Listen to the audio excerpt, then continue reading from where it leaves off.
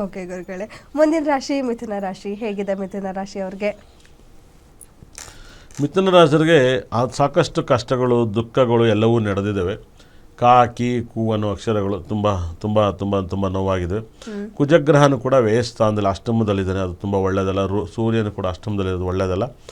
50-50 ಇದೆ ಮಿಥುನ ರಾಶಿಯವರಿಗೆ. ಸಾಕಷ್ಟು ತೊಂದರೆಗಳು, ಆರೋಗ್ಯ ನೋವು, ಸಮಸ್ಯೆಗಳು, ದುಃಖಗಳು, ಸಾವುಗಳು ಇವೆಲ್ಲವೂ ಕೂಡ ಮಿಥುನ ರಾಶಿಯಲ್ಲಿ ಕಂಡು ಬಂದಿದೆ. ತುಂಬ ಮೈಯೆಲ್ಲ ಕಣ್ಣಾಗಿರಬೇಕು.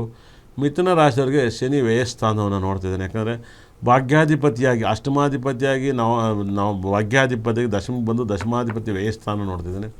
ಈ ಒಂದು ಕನ್ಯಾ ರಾಶಿಯವರಿಗೆ ನೋಡಿರ್ಬೋದು ಕಾಕಿ ಇವಾಗ ಸಾಕಷ್ಟು ತೊಂದರೆಗಳು ಗೊಂದಲಗಳು ಇವೆಲ್ಲ ಆಗುತ್ತೆ. ಮತ್ತು ಮಿಥುನ ರಾಶಿಯವರಿಗೆ ಸದ್ಯದಲ್ಲೇ ಆಸ್ಟೆಂಟಿಂದ ಸಾವುಗಳು ಕೂಡ ಕಂಡು ಬಂದಿದೆ. ತುಂಬ ಇನ್ನು 1.5 ವರ್ಷ ಆಸ್ಟೆಂಟ್ ಆಗುತ್ತೆ ಅಂತ ಹೇಳುತ್ತೆ.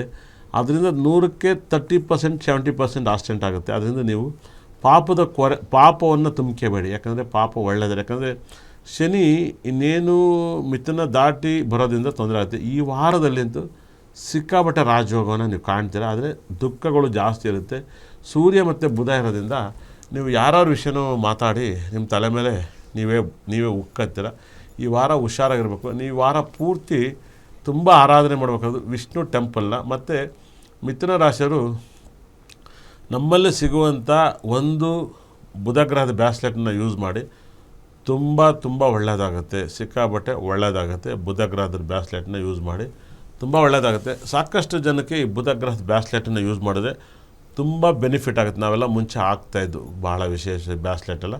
ಇವಾಗ ಸ್ಟೋನ್ ಹಾಕೋದ್ರಿಂದ ಅದನ್ನು ದಯವಿಟ್ಟು ಬುಧಗ್ರಹಕ್ಕೆ ಸಂಬಂಧಪಟ್ಟಂಥ ಬ್ರಾಸ್ಲೆಟ್ನ ಹಾಕಿ ನಿಮ್ಮ ಪ್ರಾಬ್ಲಮಿಂದ ಆಚೆ ಬರ್ರಿ. ಹೌದು, ಮಿಥುನ ರಾಶಿಯವರು ಏನು ಮಾಡಬೇಕು ಅಂತ ಹೇಳಿದ್ರು, ಖಂಡಿತ ಮಾಡಿ, ಒಳ್ಳೆಯದಾಗುತ್ತೆ. ಗುರುಜಿ, ಮುಂದಿನ ರಾಶಿ ಕಟಕ ರಾಶಿ. ಹೇಗಿದೆ ಕಟಕ ರಾಶಿಯವರಿಗೆ ಈ ವಾರ? ಈ ವಾರ ಸಿಕ್ಕಾಪಟ್ಟೆ ಕೆಟ್ಟದು ಅಂದರೆ ಕಟಕ ರಾಶಿ. ಈ ವಾರ ಪೂರ್ತಿ ದೊಡ್ಡ ಅನಾಹುತ. ಹೈಯೆಸ್ಟ್ ಡೈವರ್ಸ್ ಆಗೋದು ಕಟಕ ರಾಶಿಯವ್ರ ಮೇಲೆ. ಹೈಯೆಸ್ಟ್ ಡೈವರ್ಸ್ ಆಗುತ್ತೆ ಕಟಕ ರಾಶಿಯಲ್ಲಿ. ತುಂಬ ಡೈವರ್ಸ್ ಆಗುತ್ತೆ. ಮತ್ತು ಹೈಯೆಸ್ಟ್ ಡೈವರ್ಸ್ ಆಗೋದ್ರ ಜೊತೆಗೆ ತಾಯಿಗೆ ಆರೋಗ್ಯ ಸಮಸ್ಯೆ ಕೆಡುತ್ತೆ. ತಮ್ಮಂದಿರಿಗೆ ಆರೋಗ್ಯ ಸಮಸ್ಯೆ ಕೆಡುತ್ತೆ. ತಂದೆಗೆ ಆರೋಗ್ಯ ಸಮಸ್ಯೆ ಕೆಡುತ್ತೆ. ಕುಜನೂ ಮತ್ತು ಸೂರ್ಯನೂ ಒಟ್ಟಿಗೆ ಇದ್ದಾರೆ. ಕುಜನೂ ಸೂರ್ಯನೂ ಒಟ್ಟಿಗೆ ಇದ್ದಾಗ ಸಪ್ತಮಲ್ಲಿದ್ದರೆ ಡೈವರ್ಸ್ ಆಗುತ್ತೆ ಅಂತ ಹೇಳುತ್ತೆ. ಮತ್ತು ಗುರು ವ್ಯಯಸ್ಥಾನದಲ್ಲಿದ್ದಾನೆ. ಇದು ತುಂಬ ನೋವಿನ ವಾತಾವರಣಗಳು ಕಟಕ ರಾಶಿಗೆ ಈ ವಾರ ಪೂರ್ತಿ ನೋವನ್ನ ಕಾಣ್ತಾರೆ. ಈ ವಾರ ನಿಮಗೆ ಯಾವ ಟೆಂಪಲ್ ಕೈ ಮುಗಿಯೋಕ್ಕೂ ಚೆನ್ನಾಗಿಲ್ಲಪ್ಪ. ನಾನು ಯಾವಾಗಲೂ ಏನು ಹೇಳ್ತೀನಿ ಅಂದರೆ, ಯಾವ ಗ್ರಹ ಚೆನ್ನಾಗಿದೆ ಅದನ್ನೇ ಹೋಗಿ ಕೈ ಮುಗಿರಿ ಅಂತೀನಿ. ಕೆಟ್ಟ ಗ್ರಹಕ್ಕೆಲ್ಲ ಹೋಗಿ ನಾನು ಕೈ ಮುಗಿರಿ ಅಂತೇಳಿ. ಯಾಕಂದರೆ ಕೆಟ್ಟ ಗ್ರಹನೂ ಕೂಡ ಎಲ್ಲ ಗ್ರಹನೂ ಕೆಟ್ಟಿರೋದ್ರಿಂದ ಇರೋದರಲ್ಲಿ ಏನಪ್ಪ ಅಂದರೆ, ನಿಮ್ಮ ಲೈಫಲ್ಲಿ ಗಣಪತಿ ಟೆಂಪಲ್ನ ಅತಿ ಹೆಚ್ಚು ಆರಾಧನೆ ಮಾಡಿ. ಗಣಪತಿನ ಅತಿ ಹೆಚ್ಚು ಆರಾಧನೆ ಮಾಡಿದರೆ ನಿಮಗೆ ಸಮಸ್ಯೆಯಿಂದ ಆಚೆ ಬರ್ತೀರ. ಕಟಕ ರಾಶಿಯವರು ಅತಿ ಹೆಚ್ಚು ಗಣಪತಿನ ಆರಾಧನೆ ಮಾಡಿ. ನಿಮ್ಮ ಕೈಲಿ ಆದರೆ ಪಿಳ್ಳೇರ್ಪಟ್ಟಿ ಗಣಪತಿ ಓಟ್ ಬರ್ರಿ. ಏನು ಆನಂದ ಆಯ್ತು ಗೊತ್ತಾ? ಪಿಳ್ಳೇರ್ಪಟ್ಟಿ ಗಣಪತಿ ತಿರುಚಿಲಿ ಬರುತ್ತೆ. ಪಿಳ್ಳೇರ್ಪಟ್ಟಿ ಗಣಪತಿ ನೀವು ಒಂದು ಸರಿ ಆ ಗಣಪತಿ ಕೈ ಮೇಲೆ ನಿಲ್ಲುವಾಗ ಗಣಪತಿ ಕೈ ಮೇಲೆ ಯಾಕಂದರೆ ಸಾಕ್ಷಾತ್ ಒರಿಜಿನಲ್ ಗಣಪತಿ ದೇವರೇ ನಿಂತಿರೋ ಥರ ಇದೆ ಆ ವಿಗ್ರಹ. ತಿರುಪತಿ ವೆಂಕಟೇಶ್ವರ ಸ್ವಾಮಿ ನೋಡ್ದಂಗೆ ಆಗುತ್ತೆ. ಇದನ್ನು ದರ್ಶನ ಮಾಡಿ ನಿಮ್ಮ ಪ್ರಾಬ್ಲಮಿಂದ ಆಚೆ ಬರ್ತೀರ, ಒಳ್ಳೆಯದಾಗುತ್ತೆ.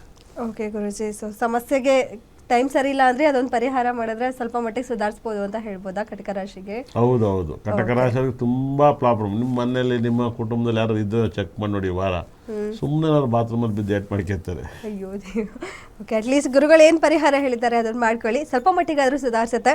ಓಕೆ ಗುರುಜಿ, ಮುಂದಿನ ರಾಶಿ ಸಿಂಹ ರಾಶಿ. ಹೇಗಿದೆ ಅವರಿಗೆ ಸಿಂಹ ರಾಶಿಯವ್ರಿಗೆ? ಸಿಂಹ ರಾಶಿಯವ್ರಿಗಂತೂ ಟೈಮು ತುಂಬ ಬ್ಯಾಡ್ ಆಗಿದೆ. ಯಾಕಂದರೆ ತುಂಬ ಜನಕ್ಕೆ ಸಿಂಹರಾಶಿಗೆ ಏನಾಗುತ್ತೆ ಅಂದರೆ, ಸೂರ್ಯ ವ್ಯಯಸ್ಥಾನಕ್ಕೆ ಹೋಗಬಾರ್ದು 6ನೇ ಮನೆಗೆ. ಕುಜನು ಕೂಡ 6ನೇ ಮನೆಗೆ ಹೋಗಬಾರ್ದು. ಅಣ್ಣ ತಮ್ಮಂದಿರು ಅಪ್ಪನಿಂದ ಜಗಳಗಳಾಗುತ್ತೆ. ತಾಯಿ ಜೊತೆ ತುಂಬ ಜಗಳ ಆಗುತ್ತೆ ಈ ವಾರ ಪೂರ್ತಿ. ತಾಯಿ ಜೊತೆಗೆ ಮತ್ತು ತಂದೆ ಜೊತೆ ಜಗಳ ಆಗುತ್ತೆ. ಮತ್ತು ಬೇಡದಿರೋ ಫ್ರೆಂಡ್ಶಿಪ್ಪಿಗೆ ದುಡ್ಡು ಕೊಟ್ಟು ಕಳ್ಕೊತೀರ ಅಂತ ಹೇಳ್ತೆ. ಬೇಡದಿರೋ ಫ್ರೆಂಡ್ಶಿಪ್ಪು, ಬೇಡದಿರೋ ಟ್ರಿಪ್ಪು, ಬೇಡದಿರೋ ಊರು, ಈ ಥರದಲ್ಲಿ ದುಡ್ಡನ್ನು ಕಳ್ಕೊತೀರ. ಒಂದಲ್ಲ ಒಂದು ಸಮಸ್ಯೆ ನಮ್ಮಾಗುತ್ತೆ, ಆಘಾತವನ್ನಾಗುತ್ತೆ, ಕಷ್ಟಕ್ಕೆ ಸಿಗಾಕೈತೀರ ಅಂತ ಹೇಳುತ್ತೆ. ತುಂಬ ದುಡ್ಡನ್ನು ಕಳ್ಕೊಬೇಡಿ ಅಂತ ಹೇಳ್ತೀನಿ. ಈ ವಾರ ಸಿಂಹ ರಾಶಿಯವರು ತುಂಬ ದುಡ್ಡನ್ನು ಕಳ್ಕೊತೀರ. ತಾಯಿ ಜೊತೆ ಜಗಳ ಆಡ್ತೀರ, ತಂದೆ ಜೊತೆ ಜಗಳ ಆಡ್ತೀರ. ಯಾವುದೇ ಕಾರಣಕ್ಕೂ ಯಾರ ಜೊತೆಲೂ ಕೂಡ ನೀವು ಜಗಳ ಆಡಬಾರ್ದು. ಒಂದಲ್ಲ ಒಂದು ಸಮಸ್ಯೆಗಳು, ಪ್ರಾಬ್ಲಮ್ಗಳು, ಸಾಕಷ್ಟು ಘಟನೆಗಳು ಬರುತ್ತೆ. ನಾನು ತಿಳಿದಿರೋ ಮಟ್ಟಿಗೆ ಈ ವಾರ ಜಗಳ ಮಾಡ್ದಲ್ಲಿದ್ದರೆ ನೀವು ತುಂಬ ಬೆಟರ್ ಆಪ್ಷನ್ ಅಂತ ಹೇಳುತ್ತೆ ಸಿಂಹ ರಾಶಿಯವರು. ಅತಿ ಹೆಚ್ಚು ನೀವು ಆರಾಧಿಸಬೇಕಾದ್ದು ಗುರುಗ್ರಹನ ಆರಾಧಿಸಿ, ದಕ್ಷಿಣಾಮೂರ್ತಿನ ಆರಾಧನೆ ಮಾಡಿ, ಮತ್ತು ಹಳ್ಳಿ ಮರವನ್ನು ಪೂಜೆ ಮಾಡಿ, ಹಳ್ಳಿ ಮರಕ್ಕೆ ಹಾಲು ಹಾಕಿ, ಕನಕ ಪುಷ್ಯರಾಗವನ್ನು ಧರಿಸಿ, ಮತ್ತು ಮನೆಯಲ್ಲಿ ಕಡಲೆಕಾಳನ್ನು ನೀವು ಮಲಗೋ ರೂಮಲ್ಲಿ ಯೂಸ್ ಮಾಡಿ, ನೀವು ರೂಮನ್ನ ಯೆಲ್ಲೋ ಕಲರ್ ಯೂಸ್ ಮಾಡಿ, ನೀವು ಹಾಕೋ ಬಟ್ಟೆನ ಯೆಲ್ಲೋ ಕಲರ್ ಯೂಸ್ ಮಾಡಿ, ತುಂಬ ತುಂಬ ಒಳ್ಳೆಯದಾಗುತ್ತೆ. ಎಲ್ಲೋ ನಿಮ್ಮ ಮೊಬೈಲಲ್ಲಿ ಯೆಲ್ಲೋ ಕಲರ್ನ ಇಟ್ಕೊಳ್ಳಿ ನೋಡೋಕ್ಕೆ. ಯಾವಾಗಲೂ ಗುರುಗ್ರಹ ಶ್ಲೋಕವನ್ನು ಇಟ್ಕೊಳ್ಳಿ, ತುಂಬ ಇಂಪ್ರೂವ್ಮೆಂಟ್ ಆಗುತ್ತೆ. ಗುರುಗ್ರಹನೇ ನಿಮಗೆ ಸಿಂಹ ರಾಶಿಗೆ ಯೋಗಕಾರಕ ಆಗ್ತದೆ. ಹಾಗಾಗಿ ನೀವು ಯಾವಾಗಲಾದ್ರೂ ಫ್ರೀ ಇದ್ದರೆ ಆಲಂಗುಡಿ ಗುರು ಟೆಂಪಲ್ ದರ್ಶನ ಮಾಡಿ. ಸಿಂಹ ರಾಶಿಗೆ ಸಖತ್ ಪಾಸಿಟಿವನ್ನು ಕೊಡುತ್ತೆ. ಸಿಂಹ ರಾಶಿಗೆ ಗುರುಗ್ರಹನ ದರ್ಶನ ಮಾಡಿಬಿಟ್ರೆ ತುಂಬ ತುಂಬ ಪಾಸಿಟಿವ್ನ ಅನುಭವಿಸ್ತೀರ. ಓಕೆ ಗುರುಗಳೇ, ಮುಂದಿನ ರಾಶಿ ಕನ್ಯಾ ರಾಶಿ ಹೇಗಿದೆ? ಕನ್ಯಾ ರಾಶಿಯವರಿಗೆ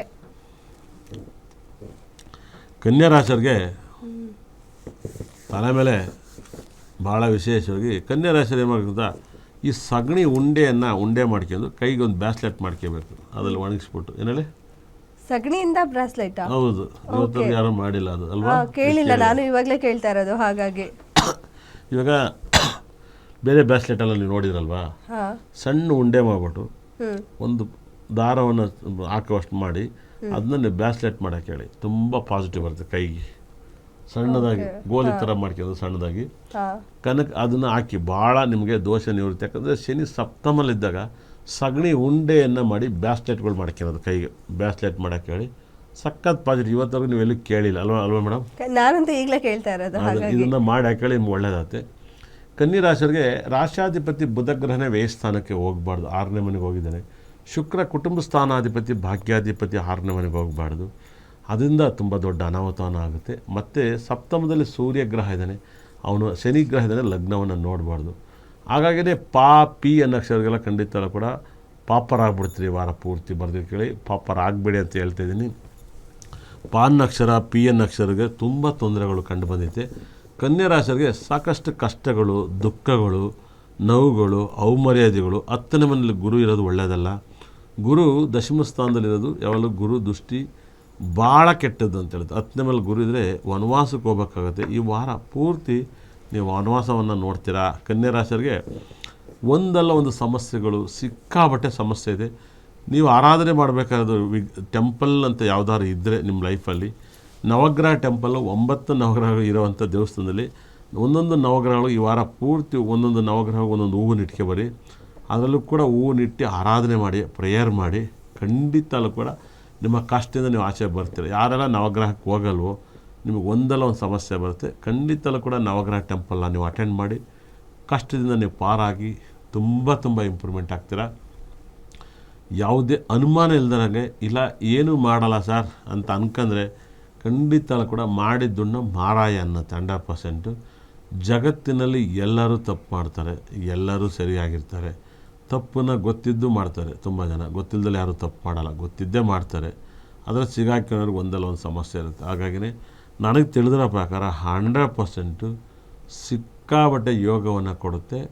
ನನ್ನ ಒಂದು ಪ್ರಕಾರ ಸಗಣಿ ಉಂಡೆಯಲ್ಲಿ ಒಂದು ಬ್ಯಾಸ್ಲೆಟ್ ಮಾಡಿ ಹಾಕಿ. ಸಗಣಿ ಉಂಡೆಯನ್ನು ನಿಮ್ಮ ಕೈಗೆ ಎಷ್ಟಾಗುತ್ತೆ ಅಷ್ಟು ಒಣಗಿಸಿ, ಒಂದು ದಿವಸದಲ್ಲಿ ಒಣಗೋಗುತ್ತೆ. 2 ಡೇಸ್, ಒಂದು ದಿವಸದಲ್ಲಿ. ನಾಳೆ ಬಿಸಿಲಲ್ಲಿ ಸಣ್ಣ ಉಂಡೆಯವ್ರು ಬೇಗ ಒಣಗೋಗುತ್ತೆ. ಒಣಗೋದ್ರೆ ಒಂದು ಬ್ಯಾಸ್ಲೆಟ್ ಮಾಡಿ ಹಾಕಿ ಕೈಯಲ್ಲಿ, ಸಖತ್ ಪಾಸಿಟಿವ್ ಬರುತ್ತೆ. ಸಿಂಪಲ್ ಬರೆಯೋದು. ಹಳ್ಳಿಲಿ ಯಾರು ದನ ಕಾಯ್ತಾರೆ, ಅದು ತುಂಬ ತುಂಬ ಒಳ್ಳೆಯದಾಗುತ್ತೆ. ದೇವ್ರು ನಿಮ್ಗೆ ಚೆನ್ನಾಗಿಟ್ಟಿರಲಿ. ಆದರೆ ಸಿಕ್ಕಾಬಟ್ಟೆ ಕನ್ಯಾ ರಾಶಿ ಟೈಮ್ ಕೆಟ್ಟಿತ್ತೆ. ನಾನು ಹೇಳಿದ ನವಗ್ರಹನ ಅತಿ ಹೆಚ್ಚು ಪ್ರಾರ್ಥನೆ ಮಾಡಿ, ನಿಮ್ಮ ಪ್ರಾಬ್ಲಮ್ ಕ್ಲಿಯರ್ ಆಗುತ್ತೆ.